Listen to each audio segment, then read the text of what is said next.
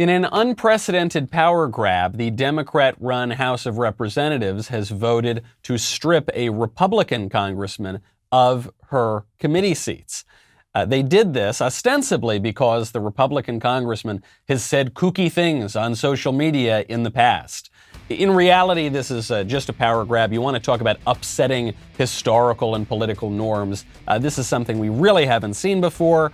And of course, if the reasoning is legitimate, if delusion is disqualifying for serving in Congress, then we're not just going to have to remove one person from committees. We're going to have to abolish all the committees. We're probably going to have to abolish the entire House of Representatives. I'm Michael Knowles. This is The Michael Knowles Show.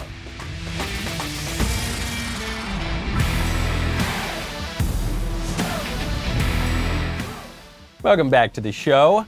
My favorite comment from Friday is from Julio Rosa, who says AOC is the kind of girl that wears red to a stranger's funeral and cries louder than the actual family of the deceased. This is true. She also might stage some photo ops there. She might not actually be at the funeral, but just outside of the frame, and she'd be posing, crying. Actually, we'll have a little bit of AOC and crying and posing just a little bit later in the show, but it's not time for that right now. How do I know it? Because of my Movement Watch. Valentine's Day is right around the corner, and this is your ticket to win big. Beautiful packaging, super sleek designs, lasting classic gifts, much better than flowers. If you're single, you know that it is time to treat yourself. You know what you like best, so take advantage of the sale right now. Take a look through Movement's hundreds of styles to choose from. I have been wearing Movement watches for years. They've got every sort of watch you might want. You got these kind of minimalist, more modern designs. They've got some more detailed automatic watches even. I love their automatic watch. Check them out. They've got the quality of a $400, $500 watch. You can get them a whole lot cheaper. I've loved watches since I was 8 years old, and I've really, really enjoyed Movement watches. Use code VDAY20 at checkout to save 20% off on the perfect gift, mvmt.com/Knowles, mvmt.com. You will get free shipping and free returns. You can join the movement. Go to mvmt.com/Knowles, a great Valentine's Day gift that, by the way, won't break the bank and really, really great quality. Code VDAY20 for 20% off. Make sure you go check out Movement. Gotta love them. They've been with the show from the very beginning. Go check out Movement. I do not go for conspiracy theories, generally speaking. Now, what makes a conspiracy theory? I guess we could debate that all day long. But I'm not tempted to believe in conspiracy theories. I usually try to go for the simplest answer to things. I believe that so many people would need to be involved and on the know and know how to keep a secret for some of these theories to be true that I just don't buy it. However, I always enjoy reading conspiracy theories. I really like it. I will go down internet rabbit holes on all the craziest sort of conspiracy theories. Not because I think they're plausible, but because I enjoy seeing the thinking that goes into them. I have always gone sort of light on friends of mine who come to me with kind of crazy conspiracy theories. I don't harangue them. I don't scream at them. I don't castigate them because I find them in a way sometimes delightful. Conspiracies and conspiracy theories can be the sign of an active mind. Might be the sign of a deranged mind, but at least active. At least people are thinking about these things. The other reason that I don't harangue and go after people who push these conspiracy theories is every once in a while, maybe not 1 out of 10 times, maybe not 1 out of 100, maybe it's 1 in a million, but every once in a while, they turn out to be true. We've talked a lot about conspiracy theories with regard to the 2020 election. And if you even suggest that anything was awry, anything was irregular about the election, you could be deplatformed, you could be kicked off of the internet, you could be kicked off of your servers, you could be kicked off of all these sorts of things. But sometimes turns out that they're true. For instance, Time magazine publishes the secret history of the shadow campaign that saved the 2020 election. This is a very, very long article. I killed many trees printing out this article. Obviously, I'm not going to read anywhere near the whole thing, but just a few important paragraphs, I think, here. The article opens up talking about how Trump had all these theories that the election was going to be rigged. And then she writes, in a way, Trump was right. There was a conspiracy unfolding behind the scenes, one that both curtailed the protests and coordinated the resistance from CEOs. Both surprises were the result of an informal alliance between left-wing activists and business titans. The pact was formalized in a terse, little-noticed joint statement of the U.S. Chamber of Commerce and the AFL-CIO published on Election Day. This was an agreement that they basically were not going to pursue claims of voter fraud. Skip a bit. Their work, this informal alliance, their work touched every aspect of the election. So this is not just after Election Day, but even before the election, you had this alliance of all these various groups. Time magazine, right? I'm not reading some crazy message board on the internet. Their work touched every aspect of the election. They got states to change voting systems and laws and helped secure hundreds of millions in public and private funding. They fended off voter suppression lawsuits, also known as voter integrity lawsuits, recruited armies of poll workers, and got millions of people to vote by mail for the first time. Some of them, I think, voted for the first time because they died in 1892. They successfully pressured social media companies to take a harder line against disinformation. That is code word for they pressured big tech oligarchs to censor conservatives and used data-driven strategies to fight viral smears. Like, for instance, when the New York Post got the story on Hunter Biden's corruption in Ukraine and China, and they published it, and they tied it potentially, to Joe Biden, and then big tech suppressed the article. You couldn't even private message it to somebody on Twitter. You know, those data-driven strategies. They executed national public awareness campaigns that helped Americans understand how the vote count would unfold over days or weeks, preventing Trump's conspiracy theories and false claims of victory from getting traction. That's code word for they primed everybody to always doubt any Republican win, because they said that if a Republican won on Election Day, sure, that might happen, but it would be a red mirage. And don't worry, because once they finished counting the votes 3 weeks later in Philly, don't worry, it's going to be fine. The Democrats are going to turn out to win. So they already prepped, using big tech, they already prepped everybody not to trust any Republican victory. After Election Day, they monitored every pressure point to ensure that Trump could not overturn the result. Every pressure point, what's that? That's the courts, that's the election officials, that's public opinion. The untold story of the election is the thousands of people of both parties who accomplished the triumph of American democracy at its very foundation, says Norm Eisen, a prominent lawyer and former Obama official who recruited Republicans and Democrats to the board of the Voter Protection Program. This is the key here to me.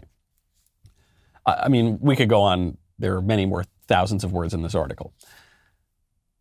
Everything that has been described thus far is a way to subvert American democracy. They're going to upend all the voter laws. They're going to get big tech oligarchs to clamp down on free speech. They're going to suppress stories that are damaging to Democrats. They're going to stop election lawsuits after the fact. They're going to take away other ballot integrity measures. And this is the triumph of American democracy at its very foundation. The way that a Democrat, an Obama official, can say this with a straight face is because of something that we've talked about a lot on this show. For Democrats, according to Democrats, democracy is what happens when they win elections. Because of progress, because we know where we're headed, we know the arc of history, we know the science of politics, because we know what's in everybody's interest if they only throw off their shackles, because we know that Democrats are always supposed to win and Republicans cannot win. It is illegitimate for them to win. They're all Nazis, 75 million Nazis running around the country. Because of that, anytime a Republican does win, it has to be illegitimate. It has to be through fraud. It has to be because of Russia or the Macedonian click farms or Ukraine or whatever, right? It can't be legit. So, if you undermine all of the democratic principles of our country, if you undermine the institutions and the policies that are in place to protect the vote, but you do it in order to defeat a Republican and help elect a Democrat, that is, seriously, in their mind, the triumph of democracy. Absolutely, absolutely outrageous stuff. There are two Republican responses to this sort of thing. You can either be really upset or you can be really happy. And there are some Republicans who are really happy, namely Wyoming Congressman Liz Cheney. daughter of Dick Cheney. Liz Cheney hated Trump, has always hated Trump, voted to impeach Trump the second time over nothing. It was a completely farcical vote. Now Liz Cheney, who has just managed to hold on to her minor leadership position in the House GOP caucus through a secret ballot, she wouldn't have kept it otherwise. Liz Cheney is going on the offensive against Trump. She's saying that Trump has no role in the future of the Republican Party. Chris, we're the party of Abraham Lincoln. We're the party of Ronald Reagan. We have to really take a hard look at who we are and what we stand for, what we believe in. I think when you look at both his actions leading up to what happened on January 6th, the fact that he was impeached in a bipartisan fashion, the fact that he lost the presidency, the fact that we lost the Senate, we have to be in a position where we can say we stand for principles, we stand for ideals. Somebody who has provoked an attack on the United States Capitol to prevent the counting of electoral votes, which resulted in 5 people dying, who refused to stand up immediately when he was asked and stop the violence. That is a person who does not have a role as the leader of our party going forward. We have to make sure that we are able to convey to the American voters we are the party of responsibility, we are the party of truth, that we actually can be trusted to handle the challenges this nation faces, like COVID. And that's going to require us to focus on substance and policy and issues going forward. But we should not be embracing the former president. It's difficult for me to take Liz Cheney seriously when she says we should be the party of truth, as she is saying so many things that are untrue. She's saying that President Trump provoked an attack on the Capitol. Now, he clearly said, be peaceful, don't be violent, be peaceful, before the attack, the whole time. You might say, well, because he was questioning the election, because he had these lawsuits, because he was saying all these things, that in itself provoked the attack. Okay, but then she says he refused to condemn the violence. He condemned the violence before, during, and after the riot at the Capitol. So that's just not true. She says we need to have these clear ideals and principles. I got to tell you something. I've lived through, few Republican administrations now. The only Republican administration that I heard anything resembling clear principles from was Trump.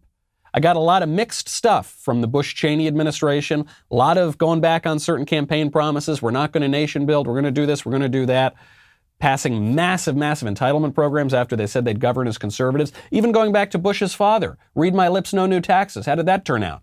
Major promise, completely broken. So I just don't want to hear this sanctimony anymore. But some Republicans believe the first thing we have to do, priority number 1, attack Republicans, and in particular attack the most recent Republican president. It's very frustrating that they do this to Trump, because to me, Trump is like everything he touched compared to other politicians, more or less turned to gold. And if you want to invest in gold, you got to check out Acre Gold. How is that segue? Man, got to savor that for a second. You know how the price of gold has been skyrocketing lately. Well, now there's a new way to buy gold through a company called Acre. Acre lets you subscribe to gold bars for as little as $30 a month. How on earth does that work? Gold bars cost more than $30. Well, it's an ingenious strategy. You pay each month. Once your gold stash reaches the price of their gold bars, they will discreetly ship Acre Gold to your house. Just recently, Acre has introduced a new $100 a month subscription to a 5-gram gold bar. Also, check this out. You know how there's a nationwide shortage on ammo right now? Well, Acre is crafting, this is so cool, a solid gold, 24-karat gold 9mm bullet. And you can buy it now. Now, you cannot find anything like these on the internet. They are only making 1,000 of them, so they're going fast. To be clear, I can't believe I have to clear this up. You can't shoot these bullets, right? I guess unless you're trying to kill a werewolf or something. They are really cool. Go check them out. Visit getacregold.com/Michael. Start investing in physical gold today. Make sure you go to this URL because Acre is giving away a gold bar. To qualify for the giveaway, tweet or post why you should be the recipient and mention @get_Acre. That is getacregold.com/Michael. Thank you, Acre Gold, for supporting the show. Do you know how much I've loved investing in precious metals? Go check it out at Acre Gold. So there's 2 ways to respond to the constant and increasing Democratic attacks and exaggerations and lies. One is you can buy into all of them. You can encourage them even. You can attack Republicans first. You can attack your own guys first. That's a typical response.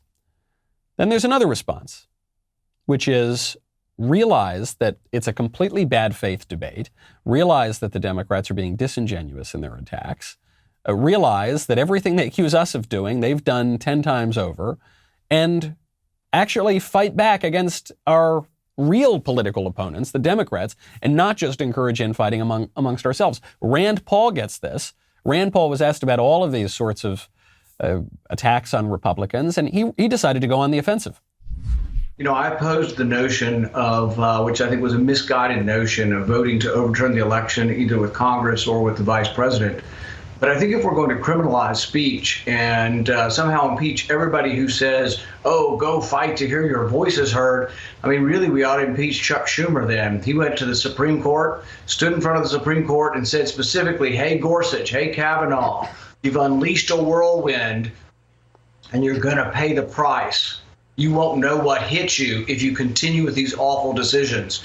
This inflammatory wording, this violent rhetoric of Chuck Schumer was so bad that the Chief Justice, who rarely says anything publicly, immediately said this kind of language is dangerous as a mob tried to invade the Supreme Court. So if people want to hold President Trump accountable for language, there has to be a consistent standard. And to my mind, it's a partisan farce because they're not doing anything to Chuck Schumer, not doing anything to Representative Omar, not doing anything to Maxine Waters. It's just not fair. It's just partisan politics under a different name. Thank you. Thank you, Rand. Rand Paul has really been impressing me of late. He's here speaking specifically about the impeachment. This could be said, though, of many other political matters today. The question of kicking people off of committees or banishing Trump, from the Republican Party. It's a partisan farce, what they're saying. Anything you accuse Trump of, anything. He incited violence. What happened for the past 8 months? Trump incited violence. He said, be peaceful before, during, and after the riots. Meanwhile, you have Maxine Waters, Hillary Clinton, Kamala Harris bailing out the rioters, for goodness sakes. All of them encouraging violence on their own side. You don't see them getting censured. You don't see them being removed or impeached. It's a farce. And it's backed up by squishy Republicans, by court jester conservatives like Liz Cheney, who spends much of her time, more of her time, most of her time perhaps, as far as I can tell, attacking Republicans rather than going after the Democrats. Rand Paul gets that. I mean, that's a guy. I don't agree with Rand Paul on everything, just as Rand Paul says, I don't agree with Trump on everything.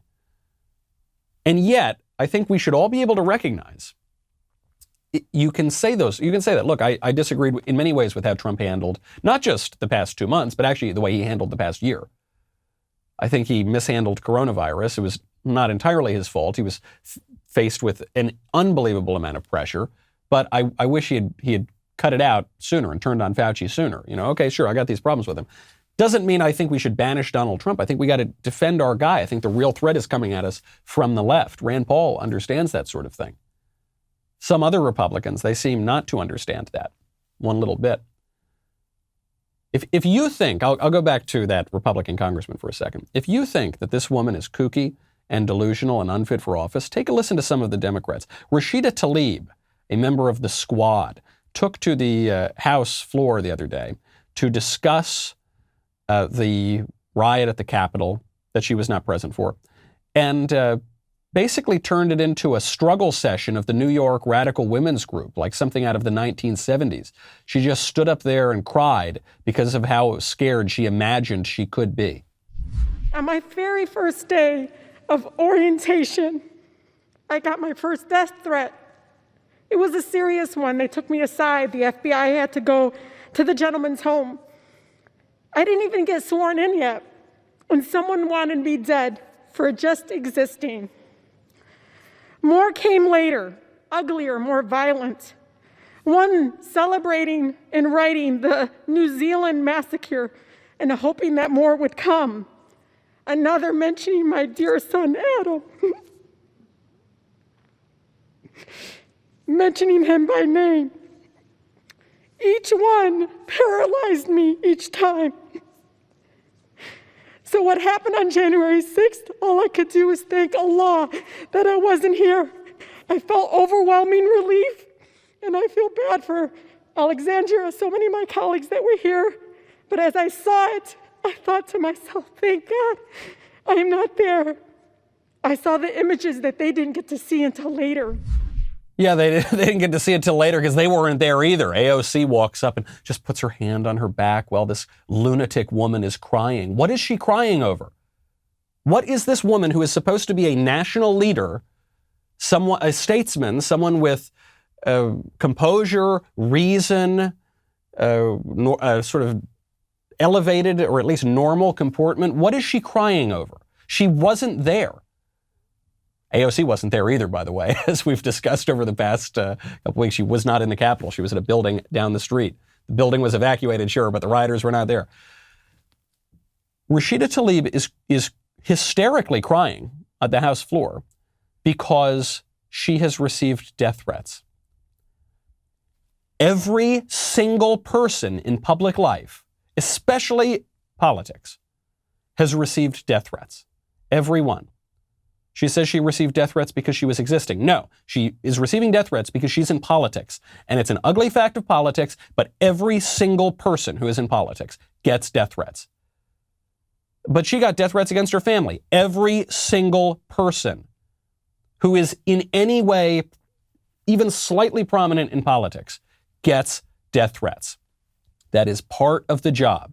It's a sad part. It's an unfortunate part. If you're not prepared for that, if that aspect of the job, if that danger and that unpleasant interaction is going to reduce you to an hysterical, crying lunatic, then you should get out of the job. You're not fit for it. Compare her, because I think this actually was genuine. I think this woman genuinely is unhinged, compared to somebody like AOC, who I think is basically as cold as they come. I think she's got ice water running through her veins. Compare her to AOC, who then walks up. So this woman, blubbering in this very dishonorable display, then AOC sees an opportunity and she just walks up, cool as a cucumber, puts her hand on her back, poses for the camera. This woman, man, she is spooky, that AOC. But they're not the same. She recognized an opportunity here to get herself on camera, and AOC never misses that at all. They used to say that the most dangerous place in Washington was between Chuck Schumer and a TV camera. I think AOC has taken that honor.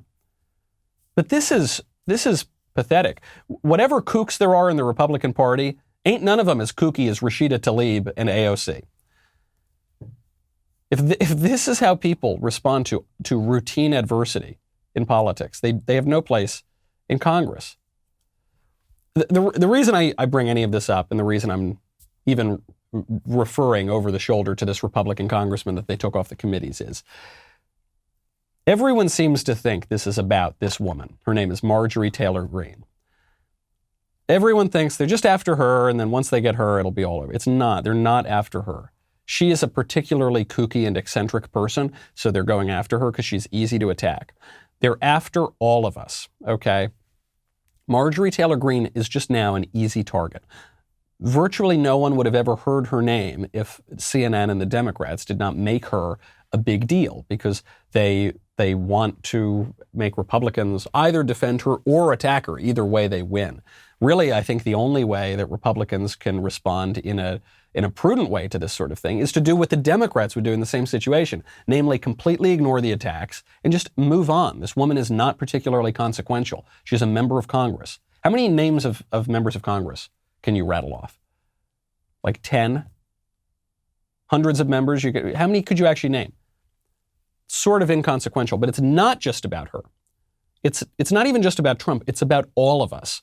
And actually, Bill Maher, who is wrong about so many things, so powerfully wrong, Bill Maher is every so often honest about the left's actual aims, and Bill Maher more or less admitted this on his show. This is not just about one or two eccentric people spouting off crazy theories. This is about delegitimizing half of the country. The triumph of democracy, as Time magazine puts it, is when half the country is suppressed, ostracized, no longer has a voice. Ben is going to be talking about the Time magazine article, talking about how all the elites manipulated the 2020 election. He's also going to be talking about the Biden administration continuing to tamp down school reopening. So go check that out on his show. You know, you've probably heard me talk about our All Access membership before, but for those of you who have not heard me talk about it, it is our most elite membership base here at the Daily Wire. Our Daily Wire members receive 2, not 1, but 2 Leftist Tears tumblers when they sign up. Being an All Access member means that they get to watch full coverage of all Daily Wire shows. What's more, they get to tune into the exclusive All Access Live, a show featuring all the different hosts every single day, where we get to chat with the All Access members. One thing I really love about it is I get to hear your ideas. If you are an All Access member, chances are you follow politics, you've got pretty interesting ideas. And so I get to steal them and put them on my show. It's really helpful. Today, we want to publicly thank all of our All Access members for their commitment to the Daily Wire.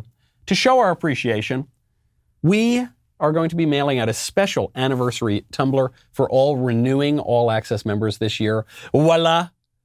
This, on the front, you see you've got the classic Leftist Tears, Hot or Cold, Daily Wire. On the back, you get all of our John Hancocks, me, Ben, Drew, Matt, Jeremy, plus a short statement about our belief that America's best days are still ahead of us. This is a commemorative piece to our 5-year journey, and a thank you to all of our All Access members in particular for supporting what we're doing here. So thank you very much. Cheers, guzzle the tears. We'll be right back with a lot more.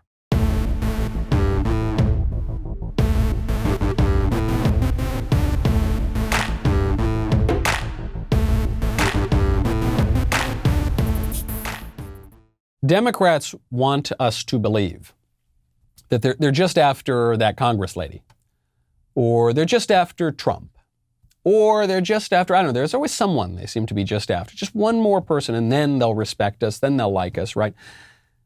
Bill Maher, who is occasionally honest, often wrong, but occasionally honest, has admitted this isn't about Trump or Marjorie Greene or QAnon or conspiracy theories. It's about all of us. It's about conservatives. It's about Christians. It's about people who hold traditional beliefs in this country. The left thinks we're all the same. The left thinks there's no difference. I've mentioned this on the show. You notice how they don't say alt-right anymore. The alt-right, whatever that, at one point I think it did have a real meaning, but now it doesn't really have any meaning at all. They don't care about the alt-right or the this right or the conservatives, or they just think we're all the same. Bill Maher, they just think we're all the same, and they think we're all completely lunatics, right? Completely insane, and they want us ostracized from society. As long as we're going to go to the trouble of another impeachment trial, we might as well be honest about what it's really about. The events of January 6th were a faith-based initiative, and Trumpism is a Christian nationalist movement that believes Trump was literally sent from heaven to save them. It's right there in Senator Tommy Tuberville's campaign ad. God sent us Donald Trump because God knew we were in trouble. There's a lot of talk now in liberal quarters about how Republicans should tell their base, who still believe the election was rigged, that they need to grow up and move on and stop asking the rest of us to respect their mass delusion. And of course, it is a mass delusion.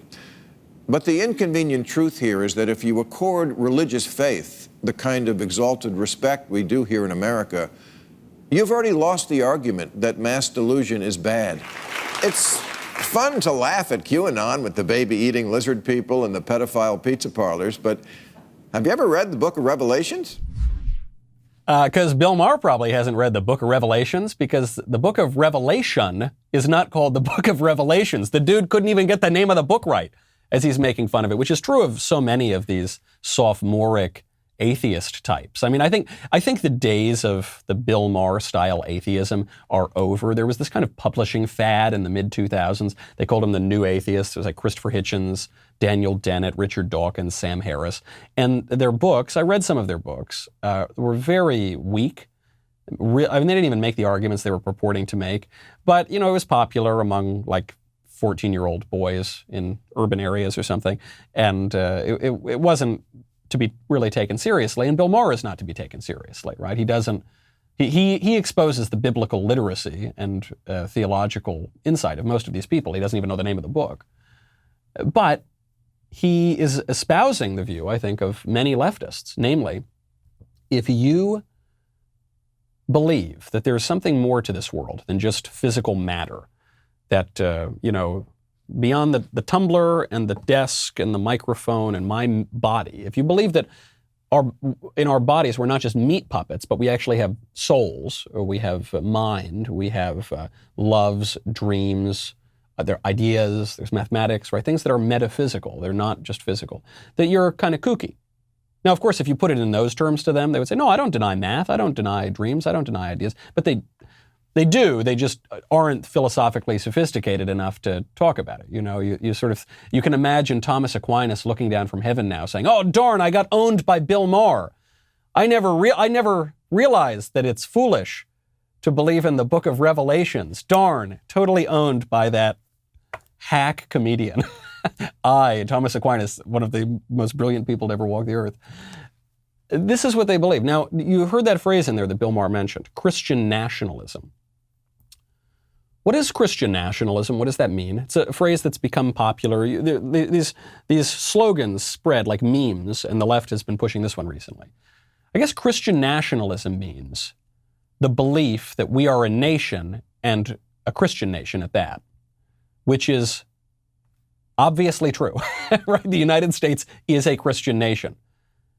There is some complexity to that because it's a Christian nation that has broad toleration among the Protestant denominations and even had toleration for Catholics, and even from the founding era had toleration for Jews, and didn't totally love Muslims because obviously the early Americans were being kidnapped and killed by Barbary pirates. That was our first war after we had gained independence. So that complicated things. But, generally then we kind of expanded tolerance to some Muslims too. And okay, so it's all of that is complex. History is much more complex than slogans. But while all of that is true, it is also the case that we are a Christian nation. We were founded by Christian zealots who took a ship over here from England called the Mayflower and founded a puritanical colony. Later Puritans who arrived referred to this as a shining city upon a hill. We had established churches in this country well past the founding era. Our founding document, the Declaration of Independence, refers to the philosophical basis of this country as the natural rights that we are endowed with by our Creator. What was their vision of a Creator? We'll go back and read their writings. Their vision of a Creator was, at least broadly speaking, a Christian God. Well, of course, they were steeped in the Christian culture. It's not a Hindu country. It's not a Muslim country. It wasn't a Jewish country. And it wasn't a pagan country. Right? It wasn't a secular atheist country, which I guess you'd say now the dominant religion in the country is secular liberalism or sort of atheism, I guess, or some kind of weird paganism with all the crystals and the horoscopes and all the wacky stuff that liberals believe now. But certainly even Thomas Jefferson was pretty radical, didn't believe that. John Adams didn't believe that. George Washington didn't believe that. So what Bill Maher is saying is, these awful, terrible people, they believe in the vision of America as it existed from 1620 until like 5 minutes ago. But that's bad, that's evil, that's wicked, that needs to be ostracized because we on the left want to upend society. We want to overturn that tradition and implement our radical designs. At least he's honest. At least he's honest. I think that's true of most left-wingers believe that sort of thing, but they aren't willing to admit it. The reality of what the left believes about us is pretty spooky. There's a doctor who just got in some trouble because he had some pretty negative things to say about his country and about his countrymen. Dr. Cleveland Gilman had a video going around regarding people in Florida not wearing masks. He said, Naples, Florida, let them die. I'm so tired of these people. No vaccine for y'all. Okay, now you might say, this doctor, he was just kidding. He was letting off steam. He was being intentionally provocative. He didn't really mean that. Well, he got a lot of blowback. And so he apologized, sort of. He said, Republicans trying to take my words out of context, as if I deny medical care to people that don't wear masks and let them die. Okay, well, good. Yeah, I guess we did think that because that's what you said you were going to do. So I'm glad you're saying I'm not really going to do that. Then he goes on. He says, my point is that we can't waste our energy on these COVID deniers. They are not going to protect themselves, so let them die. They'll find out the hard way. Wait, what? Hold on. You You just said you didn't. So you said that's what you believe, and then you said that was taken out of context and you don't believe that. And then one sentence later you said, but that actually is what I believe. And this guy he's not just some random doctor mouthing off. I mean, first of all, you'd expect more from any doctor. These are supposed to be elevated people who've gone to a lot of schooling, who have a bedside manner, who are sacrificing themselves.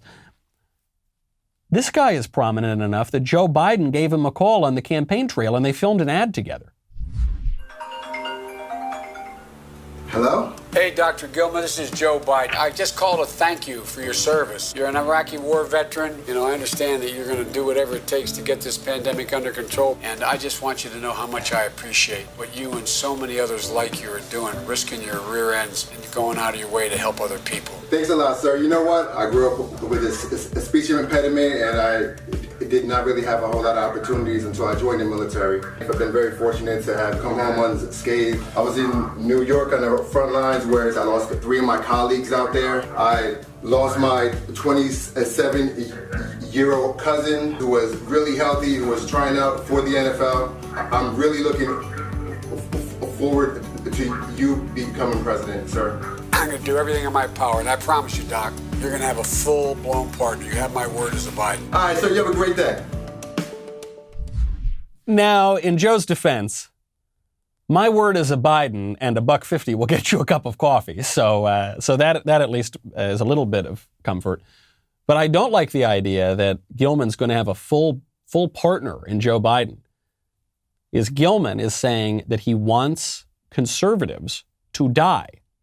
He doesn't just want them to lose elections, want us to lose elections. He doesn't just want us to shut up or something. He wants us to die. He said that. Then he said he didn't say that, but then he said it again in the very next sentence.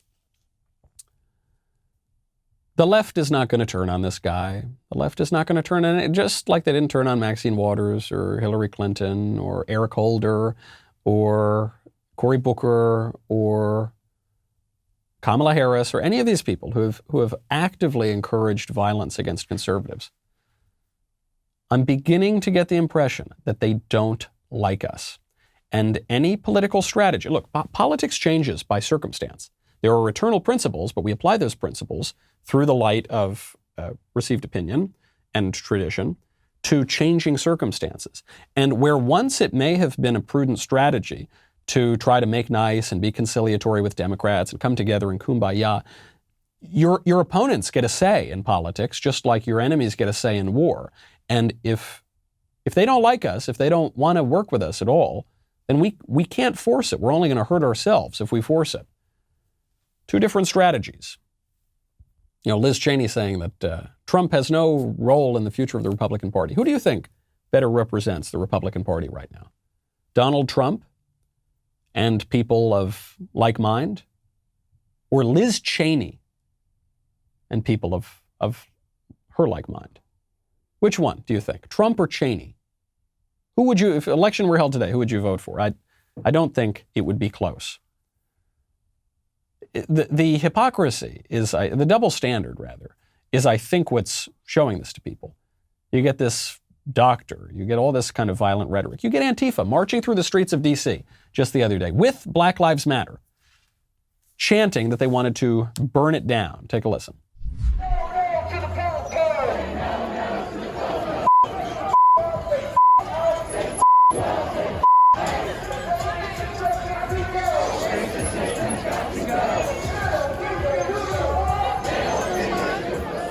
A little hard to hear it, and we had to bleep out every other word. And that's the most peaceful video I could find. A lot of the other videos are involving real clashes between police. Antifa protesters threatened to burn down Washington, D.C. during the, quote, D.C. Queer and Trans Black History Month March and Rally. Pause for a second. Obviously, I don't keep up with the liturgical calendar of liberalism too much. I'm still looking at the sort of old Catholic liturgical calendar, But so I knew, though, that February was Black History Month. Turns out it's no longer just Black History Month. It's Queer and Trans Black History Month. So I don't know when sort of ordinary black people get their own History Month, but this has gotten very, very specific. The direct quote from the Antifa people was, "If we don't get it, burn it down." So this is a violent insurrection in Washington, D.C., much more violent than what happened at the Capitol, just as the BLM riots over the summer in D.C. were much more violent than anything that happened at the Capitol. And everyone condemns the Capitol. Fair enough. That makes perfect sense to me. Yeah, I think riots are very bad. Nobody, except for some Republicans, some conservatives, condemn this kind of stuff in D.C. The tough Republicans condemn this stuff in D.C. The squishy Republicans, not so much. Complete double standard here. Complete double standard. And it does come out of a sort of new caste system, a racial and sexual caste system that the left is trying to push. I mean, that, you see it even in the way they name the months, right? It goes from Black History Month to Queer and Trans Black History Month. They're just getting more and more narrow on more and more victim groups. And the idea, of course, is that your value comes from the amount of grievance and suffering that you can claim. And that value translates to certain privileges. If certain protected groups, be they sexual, racial, or political, commit certain acts, commit violence in the streets, they will not be punished in the same way that disfavored groups on sexual, racial, and political lines do. You could say it's hypocrisy or it's a double standard, sure. It's really just a hierarchy. As I think Adrian Vermeule, the law professor, makes this distinction, hierarchy versus hypocrisy. The liberal regime just has a new hierarchy, and the left is explicitly trying to push this.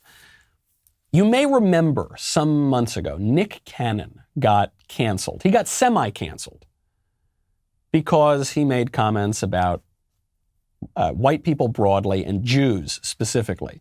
And they were pretty vicious comments. So he lost some of his contracts. He got in a little bit of trouble. According to The Hollywood Reporter, Viacom, CBS, has resumed its professional relationship with Nick Cannon, will allow Nick Cannon to get his job back and resume production on his very same VH1 series, Wild and Out. Viacom says, quote, Nick has not only apologized and taken responsibility for his comments, but he has also worked to educate himself and others through engagement with Jewish leaders and on his platforms. Those efforts are of the utmost importance, and that's why we have invited him to rejoin our team. On a separate note, we just learned that he tested positive for COVID, and we wish him a speedy recovery. Okay, what does the COVID thing have to do with anything? So, a few levels to this here. First of all, if this were reversed, and if the people that Nick Cannon attacked had made any kind of racial comments in the other direction, they would not be given a second chance. They would not be given probably any work in the future, much less their job back. It just wouldn't happen. That is a special privilege that Nick Cannon has received that disfavored groups would not receive. But there's another level here. So I'm glad to see that Nick Cannon has apologized for his comments about Jews, and he went to the Holocaust Memorial, and he sort of did a few performative acts to say he regrets his comments about Jews. That's good. But he's never apologized for his vicious comments against white people generally. In case you had forgotten, take a listen. Melanin comes with compassion. Melanin comes with soul that we call it. We call it soul. We soul brothers and sisters. That's the melanin that connects us. Right. So the people that don't have it are a little, and I'm gonna say this carefully, are a little less. And where the term actually comes from, because I'm bringing it all the way back around to Minister Farrakhan, the only way that they can act is evil. The only way they have to rob, steal, rape, kill, and fight or flight, in order to survive. Exactly. So then these people who didn't have what we had, and when I say we, I speak of the melanated people. Right. They had to be savages. They had to be barbaric. Because they're in these Nordic mountains. They're in these rough, torrential environments. So they're acting as animals. Right. So they're the ones that are actually closer to animals. White people, you see, actually closer to animals. They're less than. They're savages because they don't have souls. It's become sort of trite even to do this whole thing of, well, if the roles were reversed, could you imagine? Just imagine, though, for a second. Ryan Seacrest, is doing his podcast, and he's got some guest on, and he says, you see, the thing about melanated peoples is they're animals and savages, and they don't have souls. I'm talking about black people, you see. Yes, no, you understand. And then have the person there, he says, yes, no, I totally agree. And then Ryan Seacrest goes on, he says, yeah, they're less than, and that's why they behave like animals. Of course, this sort of thing would never happen. If it did, I think Ryan Seacrest would be sent to Guantanamo Bay for saying something like this, right? But Nick Cannon gets away with this, never apologizes for it, right? He apologizes for very specific comments, but doesn't apologize for these broader comments. And he gets his job back. Do you think that's a fair system? Do you think that's a system for racial equity, tolerance, unity, and healing? No, absolutely not. It's a vicious, vile caste system that deplores some people on the basis of race and sex, by the way, and religion, as Bill Maher showed, and all these sorts of things, and gives other people special privileges. Do we want to live under that system? Does anybody want to live under that system? I don't think so. Mass delusion, my friends. There was a monument that just went up at the Lincoln Memorial. So there's obviously the Lincoln Memorial's a monument. There's another monument that just went up to Vice President Kamala Harris. What has Kamala Harris done? Nothing. Why did they put it up? Well, because she's the first woman of color elected to the nation's second highest office. And so it's a memorial, not a memorial, she's still alive. It's a monument that's got some shattered glass on it. You get it? It's so subtle. Shattered the glass ceiling. Now, she's not the first person of color to serve as vice president. That was actually Herbert Hoover's vice president almost 100 years ago. But this portrait is up there. Now, it shows that the left does not view Kamala Harris as a person. They view her as a type, just like they view all people as types. You're your race, or you're your sex, or you're whatever, but you're not an individual. And speaking of bad art, the only thing I want to say about the Super Bowl, other than Tom Brady, very impressive, great stuff. The only thing I want to say is Amanda Gorman. Amanda Gorman is that slam poetess that spoke at the inauguration that we went over on this show. This is the first Super Bowl. Thankfully, I didn't watch it, but it's the first Super Bowl I've ever heard of that had a slam poetry section to it. And they chose, for the slam poem, the now famous inaugural poetess, Amanda Gorman. Take a listen. Today, we honor our three captains for their actions and impact in a time of uncertainty and need. They've taken the lead, exceeding all expectations and limitations, uplifting their communities and neighbors as leaders, healers, and educators. James has felt the wounds of warfare, but this warrior still shares his home with at-risk kids. During COVID, he's even lent a hand live streaming football for family and fans. Tremaine is an educator who works nonstop, providing his community with hotspots, laptops, and tech workshops so his students have all the tools they need to succeed in life and in school. Susie is the ICU nurse manager at a Tampa hospital. Her chronicles prove that even in tragedy, hope is possible. She lost her grandmothers to the pandemic and fights to save other lives in the ICU battle zone, defining the frontline heroes, risking their lives for our own. I can't take any more. Harold Bloom called slam poetry the death of art. Absolutely, that is true. We have mass delusion all around this country right now. If anyone believes that the audience at the Super Bowl wants to listen to some politically correct woke slam poem, goodness gracious, our problems of delusion, they go a lot deeper than some random congressman. When, oh when, will we get our senses back? If we keep listening to that sort of stuff, not anytime soon. I'm Michael Knowles. This is The Michael Knowles Show. See you tomorrow.